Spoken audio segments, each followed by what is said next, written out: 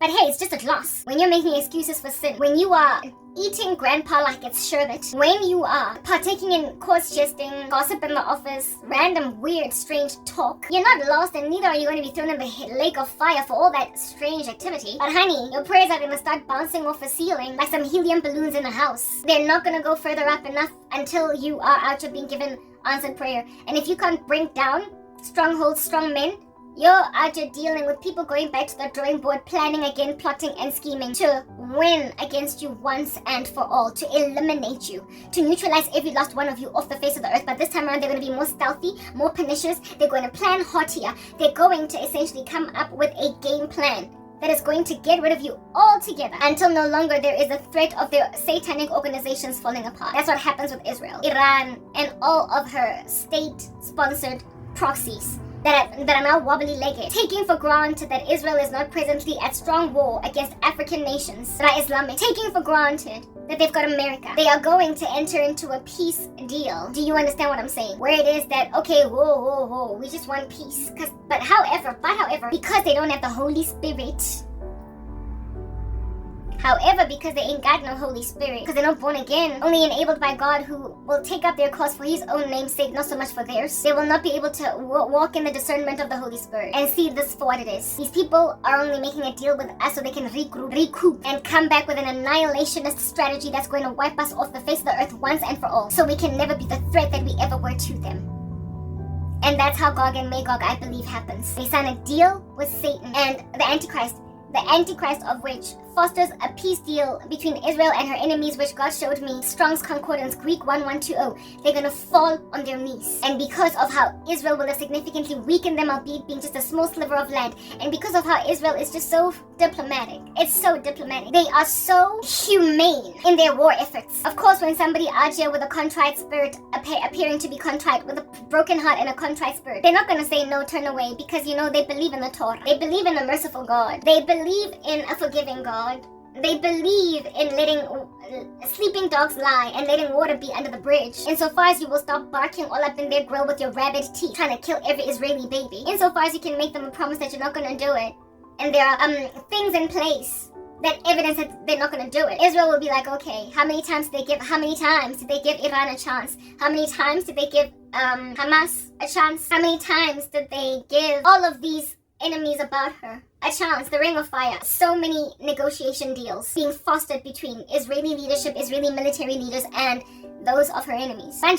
Because that's how God will have his servants be. Magnanimous. But when a person is plotting your demise because they want you disgraced, when you're dealing with Cain and Abel, both brothers belonging to the same parents, but the one is rejected while the other is embraced, when you're dealing with Esau and Jacob, when you are dealing with a division in the household, because that's exactly who Ishmael is, the son of Abraham. Cain will always want to kill Abel.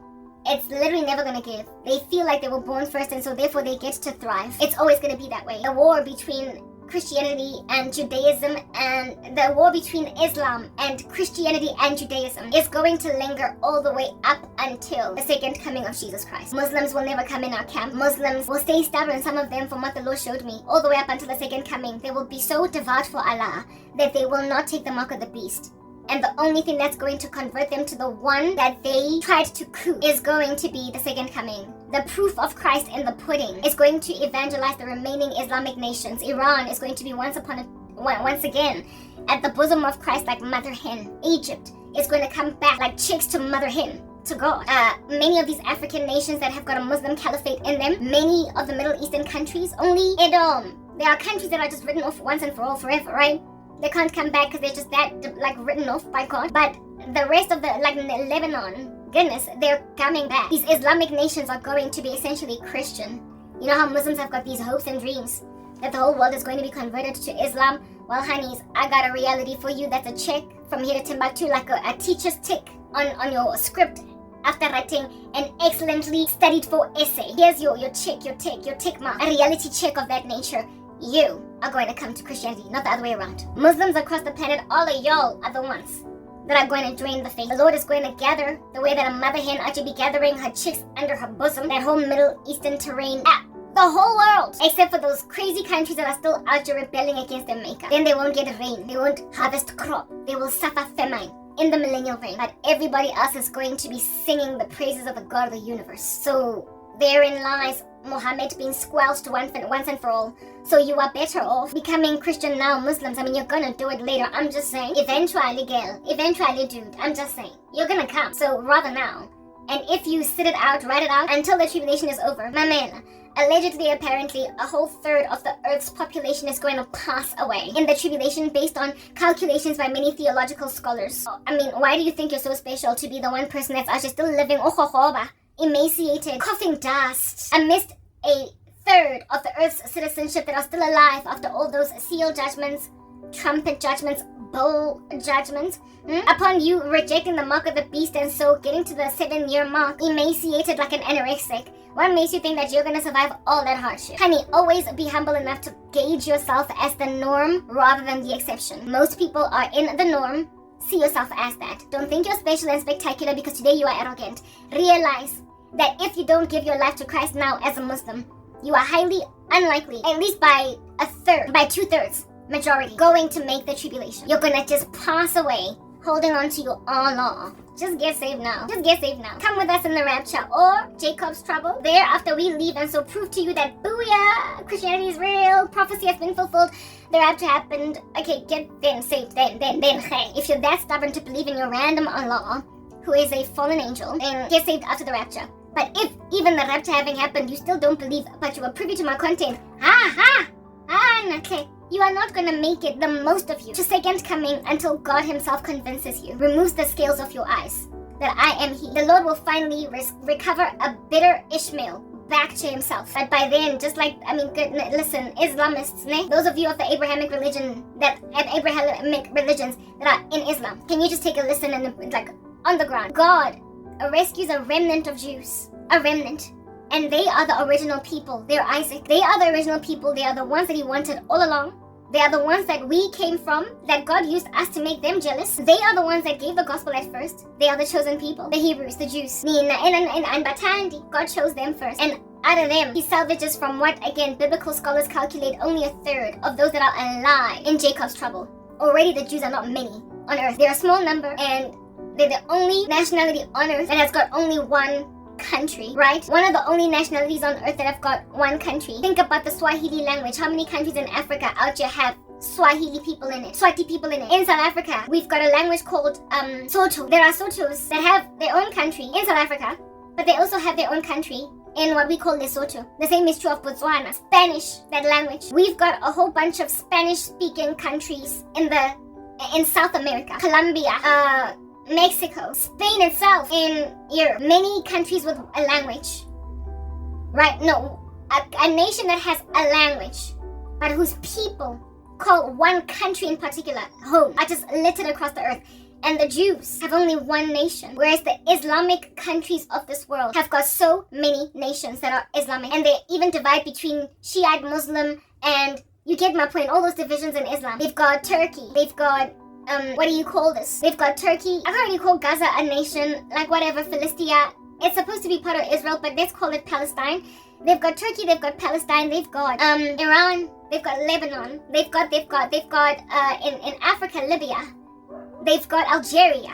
They've Muslim countries, and now it looks like Nigeria is tapering towards being Islamic, but Nigeria, in all fairness, is like split half and half in two, between Christians and Muslims. But the Muslim caliphate, they're so violent that they're actually trying to eliminate Christians. They've got many countries on the earth, these Islamists, that whose entire nation is based on that religion. Christians have got many nations on the earth that call themselves Christians, even though we've got many languages. Yeah, the Jews with their language and their religion are literally only with one place on the earth, and it is apparently the size of New Jersey. And you are actually bullying the living daylights out of them. Bullying the living daylights out of them. Wherever they've been scattered, you also bully them there. Now, these people with these kind of crazy incendiary statistics, the Lord has chosen them, and so they're wreaking havoc in everybody's life, right? And because of that, everybody's gonna hate them ever more because God got their back, because they're Abel and you're Cain, and you're gonna try to kill them, and God's gonna cast you out of the land in favor of the new reimagined version of themselves, otherwise known as Seth. God just keeps on bringing them forth as surviving plants in a war zone full of radioactive material. Yet there is a plant growing there. Those are the Jews. They just keep thriving. And now they've only got one country and you want to take it, and God gave it to them. And only a third of them out of that whole country apparently allegedly get salvaged for Jesus. The rest die. The rest go to Hades. The rest endure the second death. If God will salvage only a third of these people that only have one country that have the apple of his eye, that are littered across the earth, having bullied them like that, what makes you think that he's going to salvage more of you than of them? The fathers of the faith, Abraham, Isaac, Jacob, were Jewish. They were not Muslim. And yet, you imagine that you're going to make it to the end of the tribulation and so be salvaged when you try to kill off Abraham, Isaac, and Jacob. You are unlikely going to make it. The Muslims of the earth, you're not going to be the only ones that get to the very end of the tribulation. There's going to be many other people from everywhere. Abantu are here from Mzansi, cousins of mine from second mothers twice removed, only one surviving in the whole family, out here amputated and everything. And then the second coming of the Lord happens and they're scared, they're very afraid. Yeah, out of that third, only a small percentage is Muslim. So you who are Muslim today, stubborn to repent, with the statistics being that God will salvage a third of the Jews, and the rest of you who will make it to the end without taking the mark of the beast, what percentage of you are Muslim that are alive today think you're gonna get to that great and final awesome and terrible day of the Lord? Maybe 5%,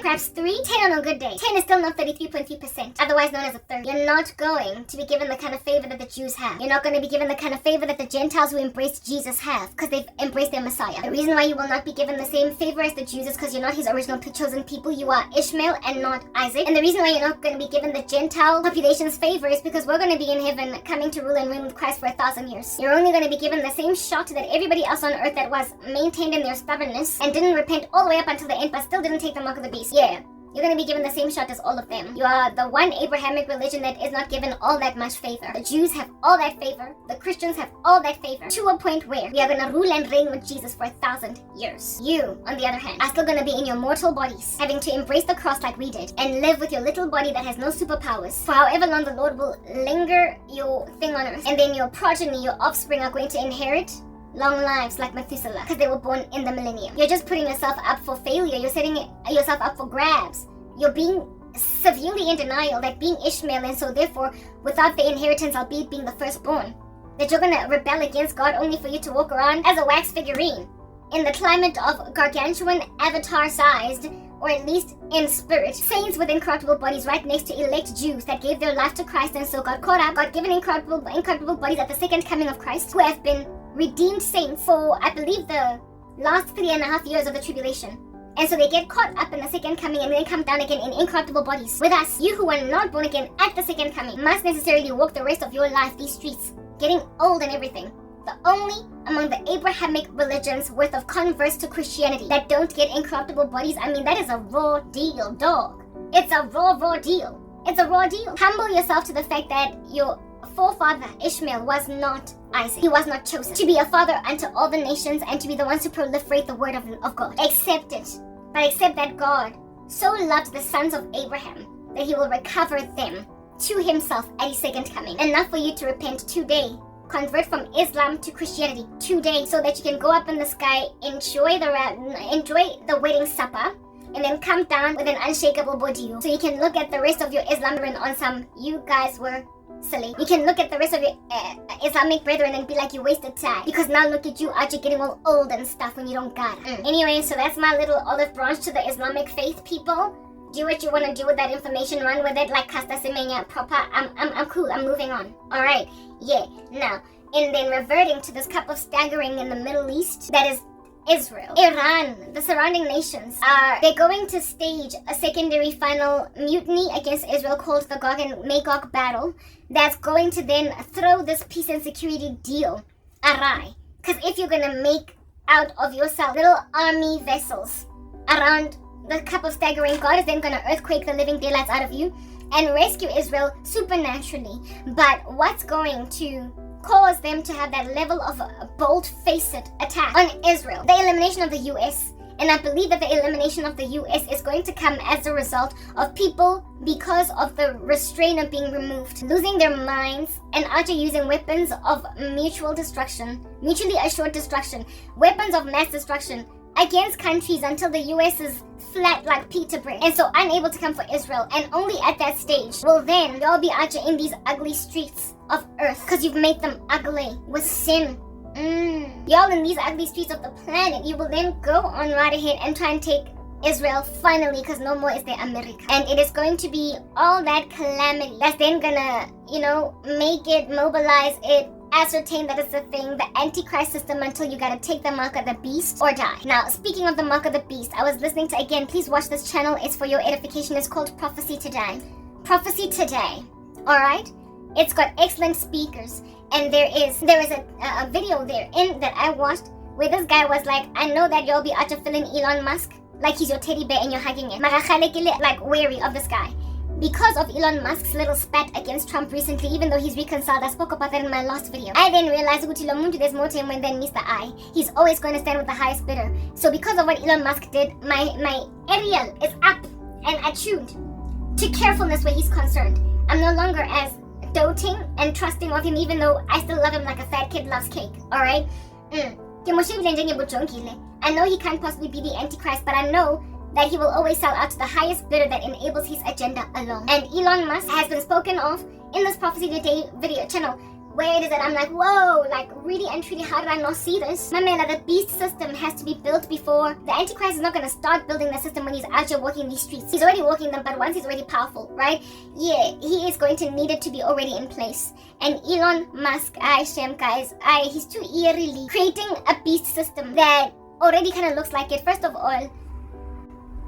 all, Klaus Schwab in some World Economic Forum meeting, he said that everybody's going to have a chip in their brain so we can monitor them. Elon Musk has now innovated this Neuralink, right? Go and listen to it with grander, in-depth understanding so you can get better articulation of this thing that I'm saying in that video, yeah, Prophecy Today. Please do that. Otherwise, I'm going to throw you headlong. My paraphrasing, but I'm gonna do as best as I can. There's the Neuralink.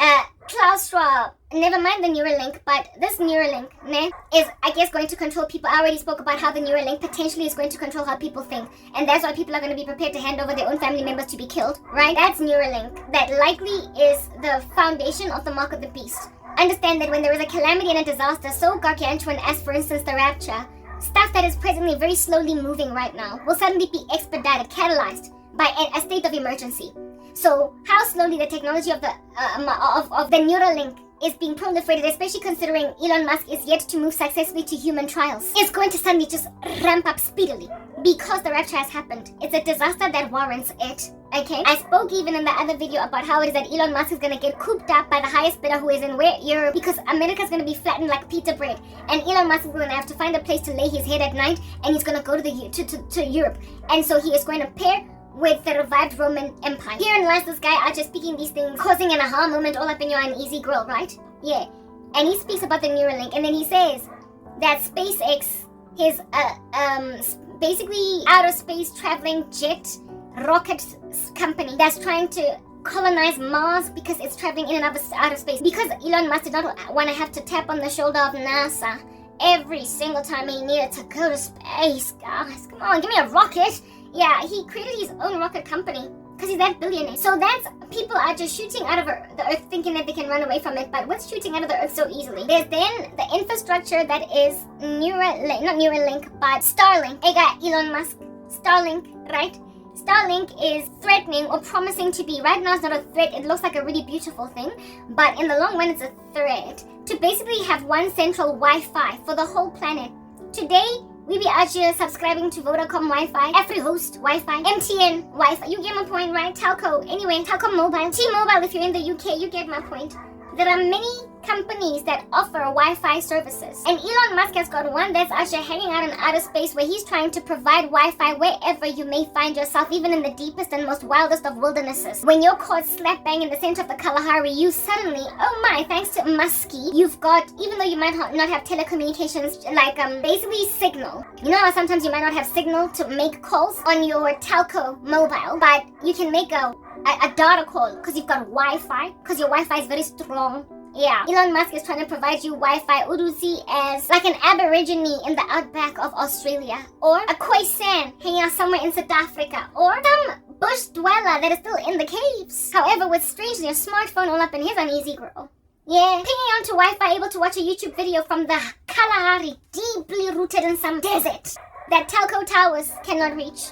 So you can make data calls and you can be able to get news in real time. Starlink promises to be that thing where you'll have Wi-Fi, seeing as the connectivity of it is in outer space across the world. And right now, people are not going to be prepared to easily sign up with Starlink, like South African politicians are too corrupt to accommodate Starlink. Matter when there is a global disaster like the rapture, suddenly nations are going to be signing up for it, because even our infrastructure, listen to this, our infrastructure keeps on getting destroyed, like telecommunications poles. In the book of Revelation, in Revelation 6, we know that there are not little, but really gargantuan rocks from the planet, from, not the planet, but from above the planet, that are going to fall here, a meteor shower, asteroids. There's going to be rocks falling. I don't know the difference between a meteor and an asteroid. I'm not a meteorologist, please do a better thing, okay?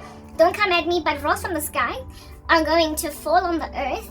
And I mean, can you imagine what, if at all, a hurricane, a tempest of sorts, can do away with your electricity for 5 hours or for 5 days because they're busy fixing up poles? Of course, then even telco poles are going to be interrupted by this hail of whatever you want to call it, okay?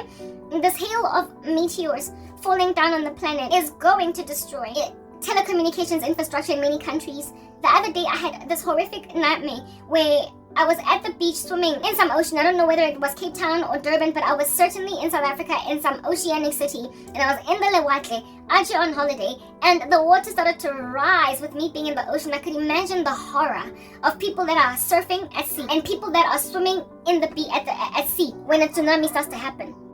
A tsunami started to happen in this dream while I was in the water. And I knew that what I needed to do was swim up as fast, as best as I can, and then strangely fly to higher ground.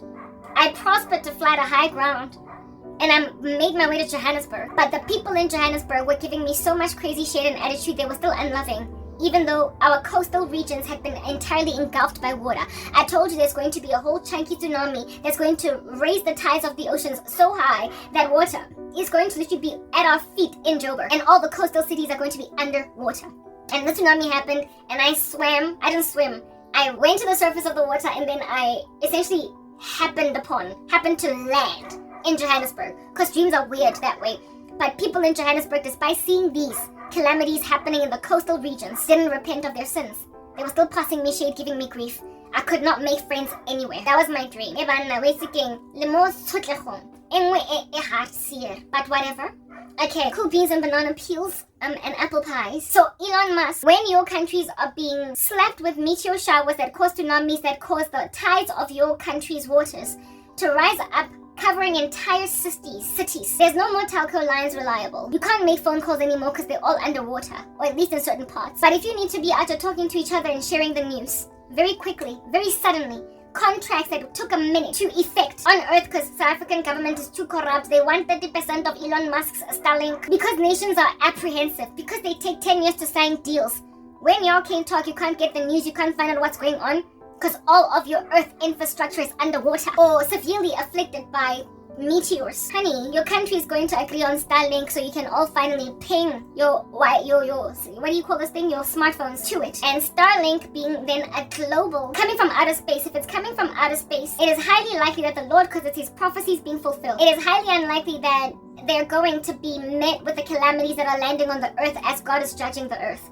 These meteors are stars falling from the sky, but they're highly likely going to miss Elon Musk's satellites because it is imperative for the B system to be built. Ditlo kutsa or ditlo dodja or travel neatly, strangely, around his satellites so that his will be the only Wi-Fi network that countries that have Starlink can tune into. When then that's a whole thingamabobble. Everybody is on one Wi-Fi network across the world. That's the beginnings right there. If everything needs the internet, including your banking, if anything, everything needs the internet, including how point of sales systems function in stores, grocery stores. And the internet is no longer reliable on Earth because it keeps on getting lambasted by plagues.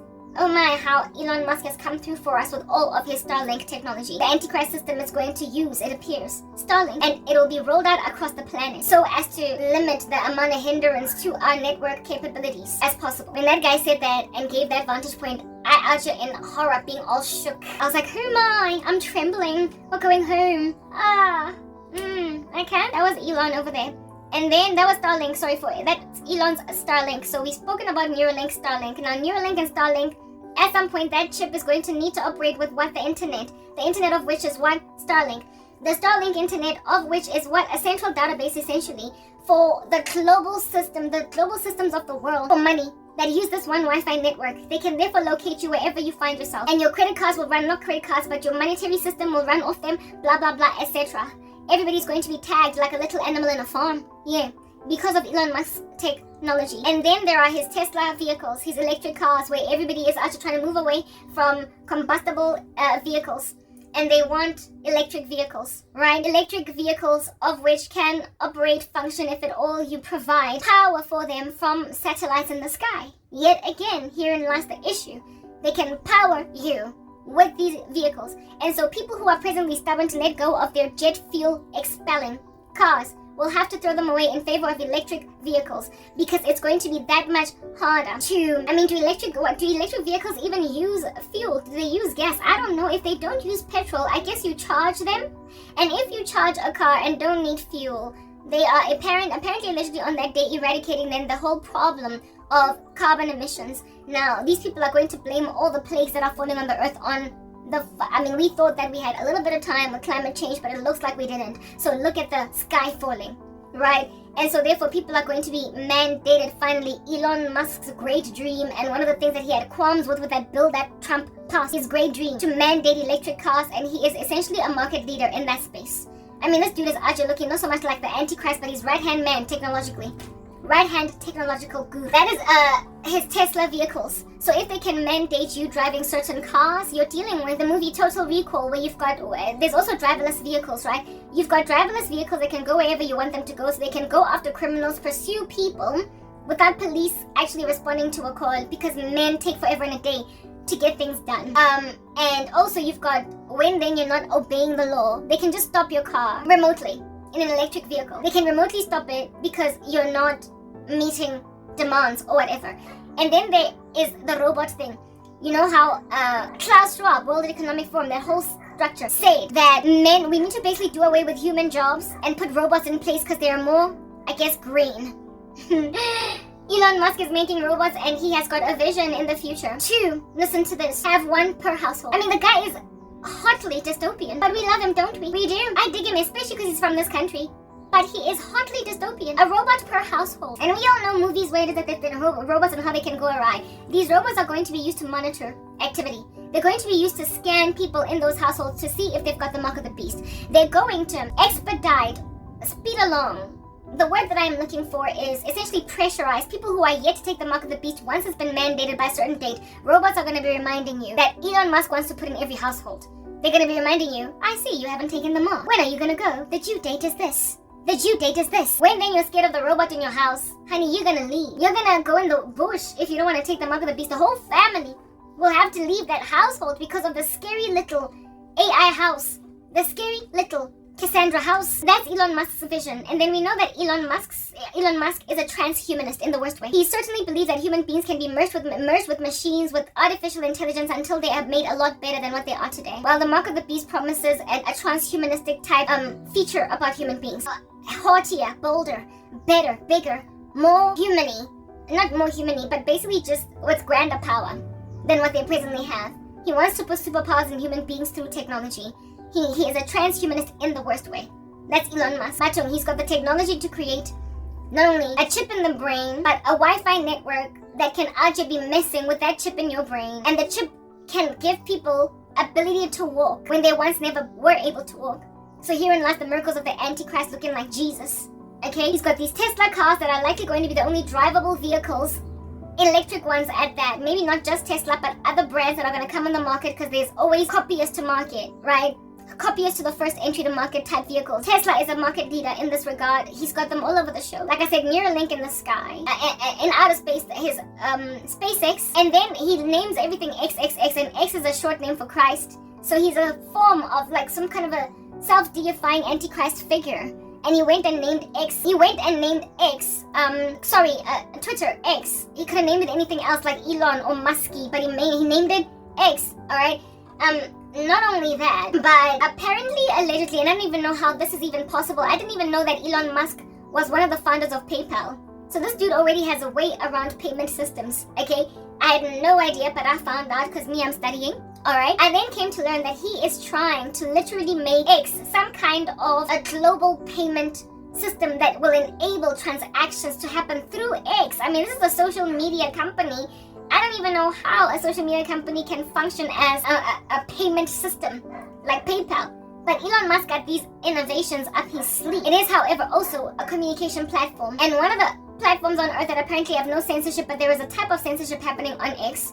And the woman that he made the CEO of X apparently is one of the advocates out here proliferating a satanic agenda with the World Economic Forum. And yet he claims to be a conservative standing against globalist sentiment because he is Trump's right-hand man. I thoroughly believe that Elon Musk is hanging out sutured next to Donald Trump because he has to be near the world leader to essentially pump up his system so bigly that finally when the Antichrist scoops him up from America, he will be nicely enabled even by legislation to have essentially put in place some of the systems of the beast. So no, Elon Musk is not the Antichrist. He can't be. I've already described what the Antichrist must be. But technologically, he has been single-handedly chosen by God to be, I believe, the wicked for the day of our trouble, the day of Jacob's trouble. In the technological space, he's also megalomaniacal, his transhumanistic beliefs in essentially just human immortality. What he has built colonies on, he wants to build a colony on Mars for human beings. Motoona does not,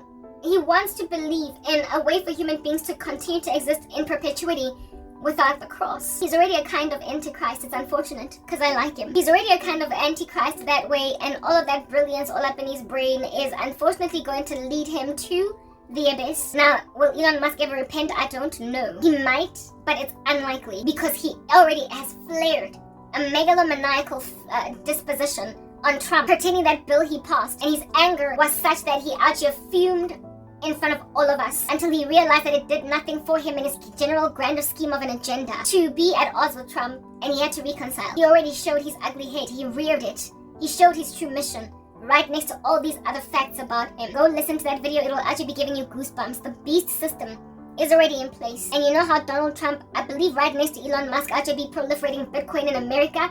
I believe all these things are going to come together with Musk's idea in making a payment system out of Twitter or X right next to Bitcoin, right next to central banking digital currencies. All of these digital systems of money are going to reach a gentleman's agreement to come together in one little thing that everybody's doing, and then all tune into Neuralink until finally how easy it is to control mankind and their spending is going to be reduced to the mark of the beast. Not only that, the World Economic Forum expressly highlighted that global debt is so exquisite, it is so exponential in its growth, and it's yet to cease hostilities against itself, that it's impractical and impossible for any of us to finally pay off this debt, so we are ever going to be in the red and in the red. So the only way that we are going to deal with global debt, with all the deficits of all of our countries combined, is to essentially scrap them all and start from scratch in creating a new currency across the world. That's what Mr.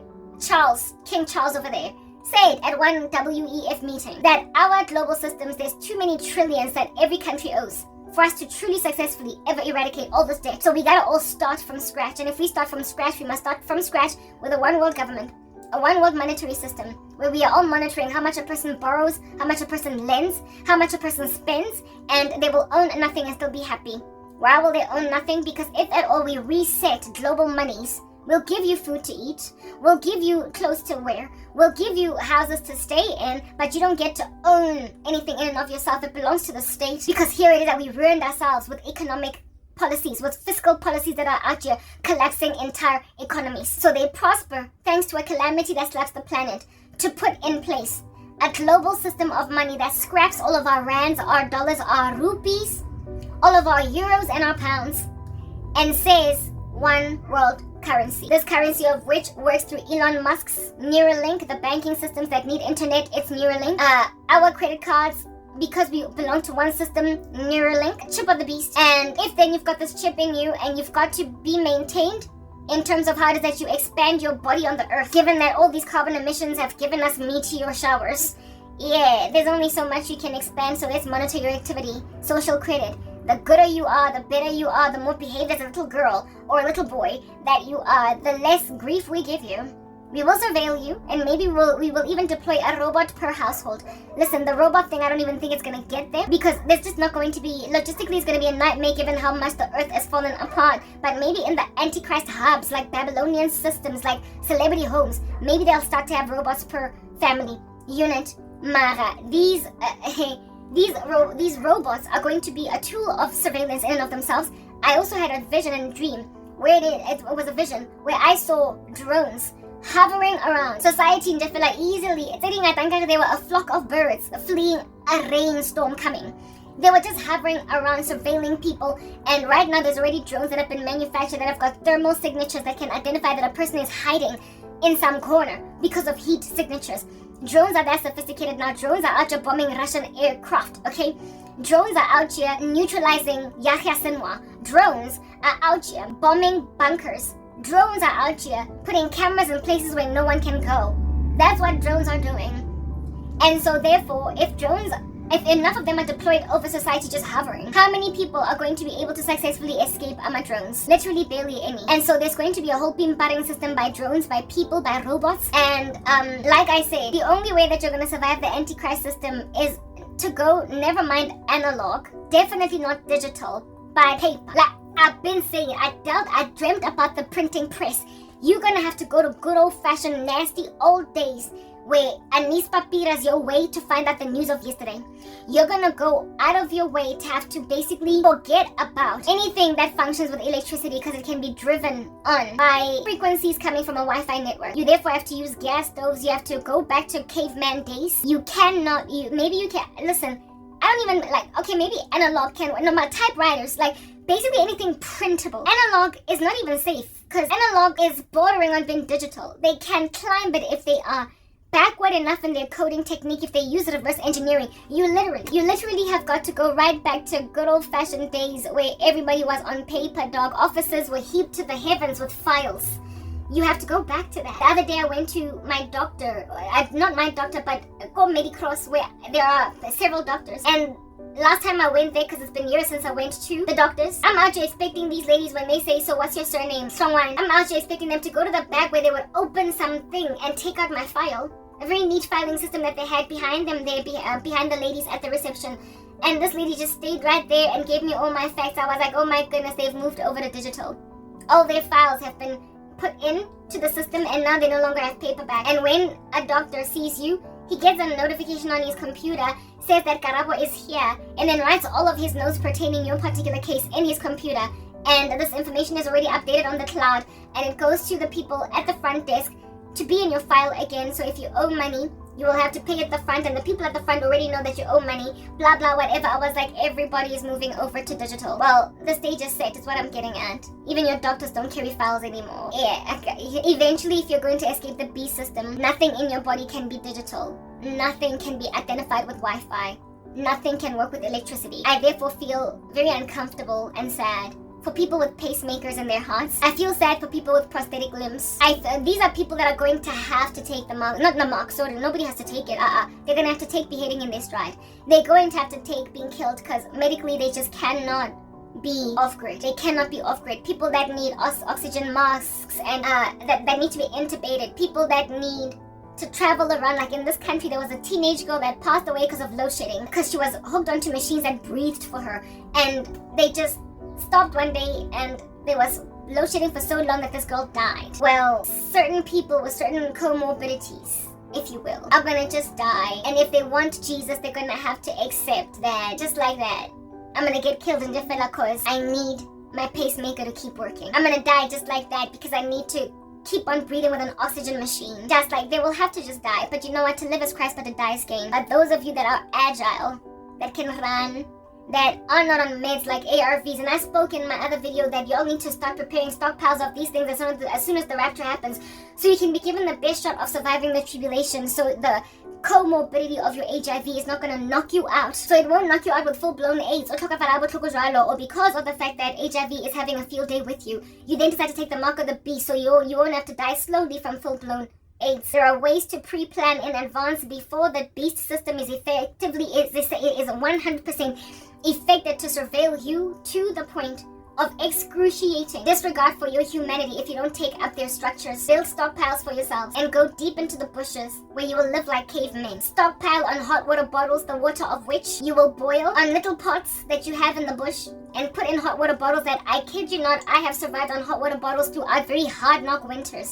Blankets that you will gather for yourselves. You'll be warm enough even in the worst of winters by simply burning an mbaula and have a hot water bottle ensconcing your body. That's how you survive winter. And with hot water bottle water, you can replenish it and use it time and time and time again. There's a way to survive the tribulation, but you kind of have to know that it's coming to you in advance. You kind of have to be alert and awake as to what just happened at the date of the rapture. And before they sign that peace deal, that then is going to lead to Gog and Magog battle, that's going to usher in the whole tribulation. Stockpile. I've been saying it. And even then, not in your houses, because you can't live in your houses anymore.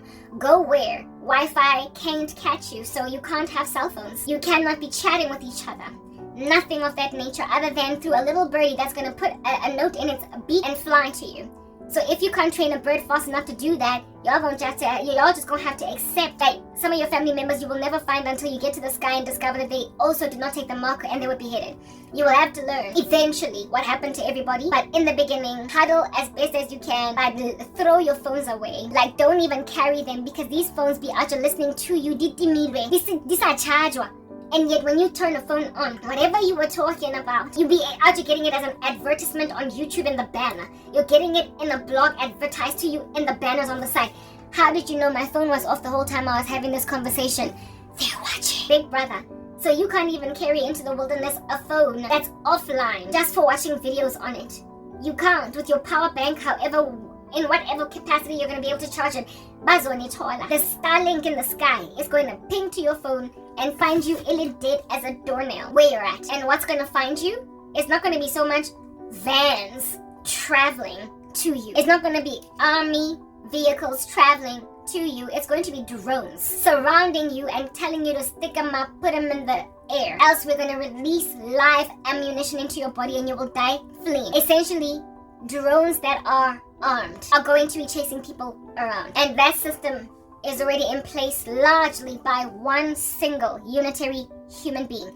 It had to be one man that had this technology so as to eliminate or alleviate bickering, fighting for business deals, for contracts. When finally he gets together with the Antichrist, it had to be one man with one mindset so as to eliminate division. And God put all that in Elon Musk. Imagine that, some dude from South Africa out here getting his knees ashy in these dusty streets. And one day he becomes the right-hand man, technologically anyway, of the Antichrist. Like, it's inevitable, it's gonna happen. It's clear who Elon Musk now is. Like I said, he's not the Antichrist, but he's certainly his technological right-hand man. It's clear. And there's a guy who had a vision, a woman who had a vision, where the Lord showed her that Elon Musk is going to get scooped up by Europe when America falls. Me, I listen to random people's prophecies that I'm not getting listened to on YouTube. Do you understand? Now, that being a whole thing, understand that, it is 6:49 in the morning. I am exhausted, baby girl. Exhausted, baby girl. Alright? Yeah. Having spoken that, comprehend, therefore, that all these eventualities that happen because of Gog and Magog, that war, and how everybody is surveilled, and how the Jews are told to flee into the wilderness, the mountains of Judea. Drones, you leave your cell phone behind. The Bible makes it clear that don't fetch anything. Don't go downstairs to fetch your jacket. Don't go, just flee. And don't go down to take anything. The Lord is saying, leave your electronics behind when you are fleeing. Leave anything that is essentially not the way that Fred and Wilma Flintstone lived. Leave it behind. Listen, the Jews are not going to have time, because again, they have no Holy Spirit, they don't believe yet. So they're not going to have time to stockpile hot water bottles. They're not going to have time to stop. But you got that time. You will not believe in a Messiah that's out here fostering a deal between you, Iran, and all of the proxies that it backs. You're not going. You're going to see it for what it is, meaning that you've got a little bit of time. Use that time to have an advantage on the Jews that are only going to wake up and smell the uncomfortable coffee in the midway mark of the tribulation. You don't gotta be that girl, neither that guy. Do not waste the time you have so as to minimize your sorrow. So now, let me tell you something. This dream that I had with the tsunami, where I swam to the surface and then landed in Johannesburg and people were still mean. In it, I was walking around with this one girl that I was friends with at Nedbank, where I used to work as a call center agent. She was also a call center agent. Very kind chick. Tall, dark in complexion. Mara, this girl, I don't know if she didn't get love from her dad or what, but she was such a suck up to everybody. She used to break my heart because she was my friend. I felt like she didn't need to do this. Herein lies it being almost 7 a.m. in the morning and the dogs are barking as like usual. Anyway, whatever. So please ignore the dog. I will also try as best as possible to ignore the dog. This chick, she would buy everybody, like guys that was just ridiculous. You could tell they were using her. She would buy them lunch. It's like she was buying love. She just wanted so much to be accepted that she would use her salary to buy everybody everything. And this chick, even though she had a 9-to-5 job as a call center agent, she in and of herself was a rich kid. She had a rich dad and everything. She didn't. No, she had to work because she wanted her own career. Mara, because I mean, so what? I'm young too, and I'm yet to get my degree. I'm just gonna work here. She wanted to work and didn't have to, so she had a lot more money than any of us. And she used to spoil some freaky dudes in the call center. Do you understand? Company le batho ba mo appreciating, and so she would buy her way into their hearts, girls and guys alike. And I would look at this woman's activity and say to myself, you don't have to do this. You have no idea how valuable you are. I think that chick was like that because these dogs are distracting me as well. I think this chick was like that because she was very dark in complexion and she had like an acne issue. She was pretty with a desperate need to go and see a dermatologist, and she was tall, kind of biggish, right? She was taller even than me. And I'm tall. I'm 1.75 meters tall. And she looked like a model. However, she was slightly, just a little bit, ever so much bigger than they would ever accept a model. And she had bad skin that given that you're a rich kid, come on, your dad can just send you to a dermatologist and you will then clear it. But at this point, she was still walking around with quite a bad case of acne. And I think that because of her experiences in high school, I believe that because of her experiences in high school with this demeanor, with this physical appearance of hers, that for me, I thought she was gorgeous. Only issue was that she had a bad case of acne. Okay? I would imagine that nakwariwa ko skolong. Umnyama or this or that. And she maybe likely discovered when she was perhaps in grade 11 or matric that if you pay your way, you'll become popular with people. Buy them lunch at school, buy them that. And then she just grew up and started working in corporate South Africa and decided that she's going to keep on buying everybody's lunch. And I used to find how much she was financing everybody's agenda unfortunate, because kili nangenga. And to me, I imagined, if only you knew how valuable you are, you would not be spoiling people so they can love you. You don't need to do that. That's the problem. And at this stage, you're already 22 or something. You're kind of old for you to be having these issues. Only as a teenager, maybe. She also had braces at that stage. And I was like, girl, if you've got braces on your teeth, you can see a dermatologist too. You fixed your teeth because you saw that you needed an orthodontist. Just go and take some Roaccutane for 6 months or whatever. And you will clear your skin. And then you will be itak dindi after crossing the veins of these streets looking like a model. Mara, she was already kind of bride, like a chicken on a rotisserie. Everything. This friend of mine from the call center, I had a dream of me walking around like I was her. People around me because I wanted to be accepted. I was so teased and so violated that I eventually became like my friend from the call center. Let's say her name was Khomotso. I became like a Khomotso. And then the dream ends with me realizing there's a tsunami, going above, landing in Johannesburg, and still having all of South Africa pass me shade because I am maintained as a Christian. Essentially, that was witchcraft, intended to make me capitulate and suck up to wicked men and wicked women in order for me to gain their affection. That chick used to buy everything for everyone, even though she didn't have to and she did not understand her own value. Well, that's just the thing. I'm set apart by the Lord. Like King Zizi in that poem, I'm a woman of a different status. 31 to be exact. I belong to Christ. I know who I am in Him, and I believe what He says about me. And granted that the Lord has got these sentiments about me, I therefore don't allow myself anymore like I used to back in the day. To essentially, for the sake of love, marriage, get a guy that doesn't make sense, or out here, hide myself, bury myself in some kind of a dingy, dark space of self-erosion.